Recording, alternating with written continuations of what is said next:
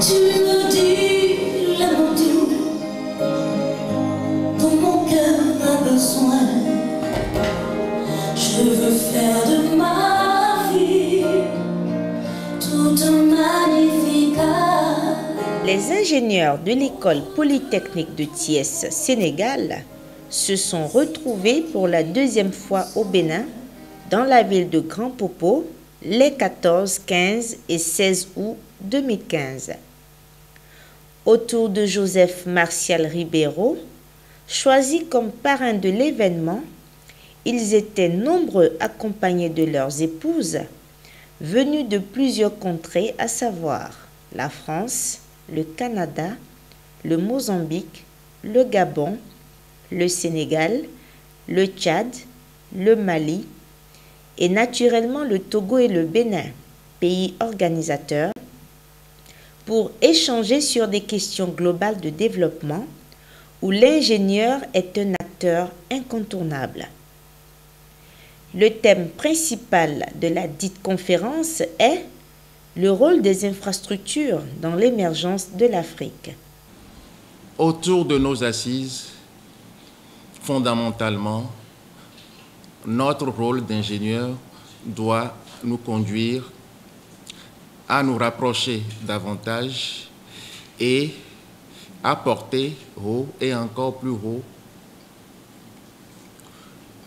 notre contribution pour le développement de la sous-région et pour l'émergence de l'Afrique. En effet, selon un rapport de la Division de la population du département des affaires économiques et sociales des Nations Unies, plus de la moitié de la croissance démographique mondiale sera assurée par l'Afrique d'ici 2100. Il convient donc de prendre conscience des enjeux et des grands défis qui seront à relever. C'est dans cette optique que plusieurs thématiques ont été développées par les conférenciers, experts dans les domaines des infrastructures de transport, énergétique, numérique de communication et le financement des infrastructures.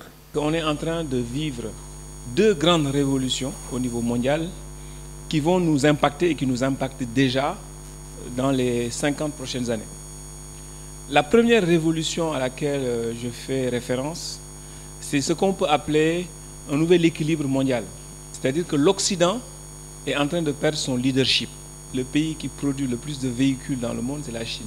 Ils produisent 22 millions de véhicules dans le monde. C'est les premiers constructeurs. Ils construisent tous les véhicules. Le deuxième pays qui dépose le plus de brevets au monde, c'est la Chine. L'Occident a perdu son leadership en termes d'innovation. Avant, toutes les innovations étaient de l'Occident. Aujourd'hui, dans ce qu'on appelle le mobile banking, donc la banque mobile avec ses téléphones portables, c'est le Kenya qui l'a inventé. Aujourd'hui, par exemple, les sachets, quand vous allez à Dakar, les sachets de n'importe quel, même les médicaments ou autres, c'est un petit sachet en détail. L'Occident ne connaissait pas ça. Avec la crise, ils se sont rendus compte qu'on n'avait pas besoin d'acheter tout. Ils sont repartis en Afrique pour revenir prendre des idées, comment on peut mieux vendre en détail, faire des packaging beaucoup plus adaptés. Donc, tout ça pour dire que cette révolution et cet équilibre qui est en train de se redessiner, c'est un élément qu'il faut garder en tête. Donc, le monde est en train de changer. Dans nos pays, il s'agit de repenser les différents modes de transport afin de les optimiser, qu'ils apportent le soutien à la croissance économique, mais également pour qu'ils permettent l'inclusion de toutes les couches, y compris les couches vulnérables. Nous avons eu la communication de notre parrain, Joseph Ribeiro, qui est le représentant de la BAD au Mozambique. Son thème était le cadre de financement, c'est-à-dire les modes de financement et des exemples à l'appui.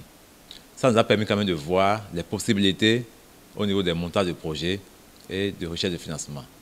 Il nous a permis de comprendre que nous, en tant qu'ingénieurs, nous pouvons être acteurs de levée de fonds pour des projets importants dans le cadre du partenariat public-privé. Ce thème a été beaucoup apprécié et il y a eu beaucoup de débats sur ça.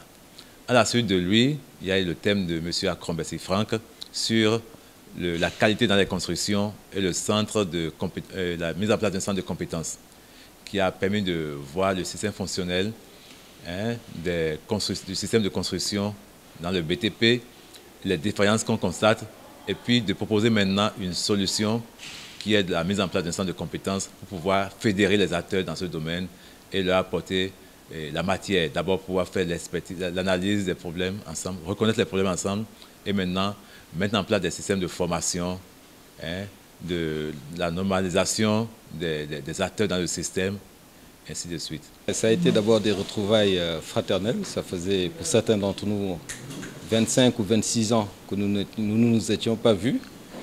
Nous venons de beaucoup de pays différents. Je pense qu'on est autour de 9 pays, incluant du Sénégal, de la Côte d'Ivoire, de Mozambique, de Paris, du Tchad, etc.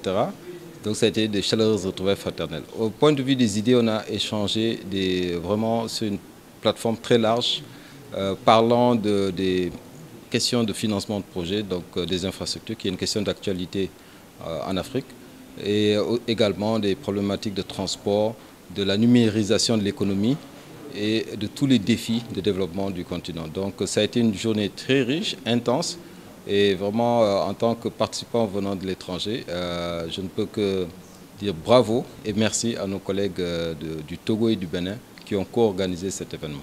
C'est la première fois que je viens au Bénin et au Togo. Donc pour moi, ça a été une double réussite parce que j'ai découvert 2 nouveaux pays, j'ai découvert une culture, j'ai découvert, j'allais dire, une joie de vivre, j'ai découvert une autre partie de l'Afrique que je connaissais, j'allais dire, de façon intuitive parce que j'ai vécu longtemps avec mes amis béninois, mes amis togolais. Donc ils me parlaient du pays, mais c'est la première fois que je viens sur le terrain et rien ne remplace l'expérience opérationnelle sur le terrain. Donc ça a été vraiment une expérience considérable. Les impressions sont très bonnes parce que le fait que les ingénieurs se retrouvent pour discuter des problèmes qui minent nos nations, c'est une bonne chose. Parce que généralement, c'est nous qui sommes dans l'antichambre des décideurs. Et si nous sommes au même niveau d'information, ça nous permet d'avoir une certaine cohérence au niveau des points, au niveau des politiques nationales dans nos pays respectifs. Mais ce que moi je souhaiterais, c'est que ça aille plus loin. Et qu'au lieu que ce soit des rencontres où on échange, où on partage des informations, qu'on ait une certaine synergie qui permette de mettre en place des choses et de nous valoriser davantage et de laisser des choses à la postérité. Parce que vous allez traverser des années, mais pour vos vieux jours, il faut que vous puissiez, en regardant derrière dans le miroir, dans le rétroviseur, vous dire voilà ce que j'ai pu concrétiser et que les générations suivantes puissent prendre la relève.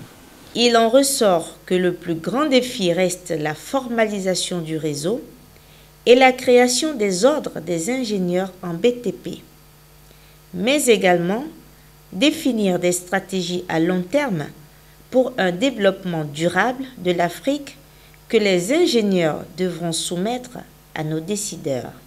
En termes de stratégie, nous avons défini comment on peut concevoir les stratégies de développement d'un pays à partir des infrastructures. Et ça nous donne un point fort pour pouvoir discuter avec nos dirigeants, pour que ces derniers puissent comprendre qu'une stratégie ne se définit pas pour un mandat présidentiel ou 2 mandats présidentiels comme on en a l'habitude dans nos pays, mais qu'une stratégie se définit à long terme. Nous avons par exemple vu que les stratégies que nos pays ont eues, bien que définies pour le long terme, n'ont pas été prises en compte par les gouvernements successifs qui arrivent. Et ça, pour moi, c'est très important. Et je pense que nous, les ingénieurs, on doit faire en sorte que nos décideurs comprennent qu'une stratégie, ça se définit à long terme et ça s'exécute, quels que soient les changements de régime qu'il y a dans le pays. Et comme ça, nous pouvons aborder le développement. Nous avons parlé aussi de beaucoup d'autres thèmes. Et l'essentiel qu'on retient aujourd'hui, c'est que un certain nombre de techniciens qui sont sortis d'une école il y a une vingtaine 25-30 ans. Aujourd'hui, avec l'expérience qu'ils ont eu à acquérir, ils se sont rassemblés pour dire, nous sommes des Africains, nous avons tous fait ensemble, maintenant pensons le développement de notre pays. Et c'est comme ça que nous allons y arriver.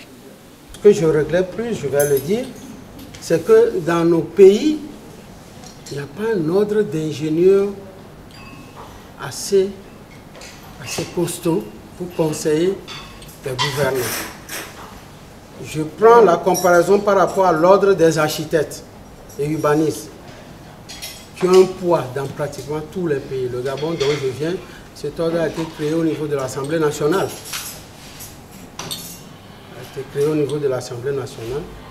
Ils pèsent de leur poids. Ce qui fait que pratiquement, bon, les ingénieurs qui travaillent, qui ne sont pas autonomes, sont considérés comme les porte-valises, ce qui n'est pas normal. Parce que moi, je pense que l'architecte a son domaine, l'ingénieur a son domaine. Donc, moi, ma suggestion, c'est que, à la longue, dans l'avenir, il faut qu'on pense à créer un ordre d'ingénieurs de l'Afrique de l'Ouest. Ça va aider nos petits frères. Nous, on est déjà presque en fin de carrière. Nous serons leurs conseillers. Et ça aidera nos petits frères parce que ça permettra à ce que l'ingénieur soit valorisé et soit considéré. La vie me désole,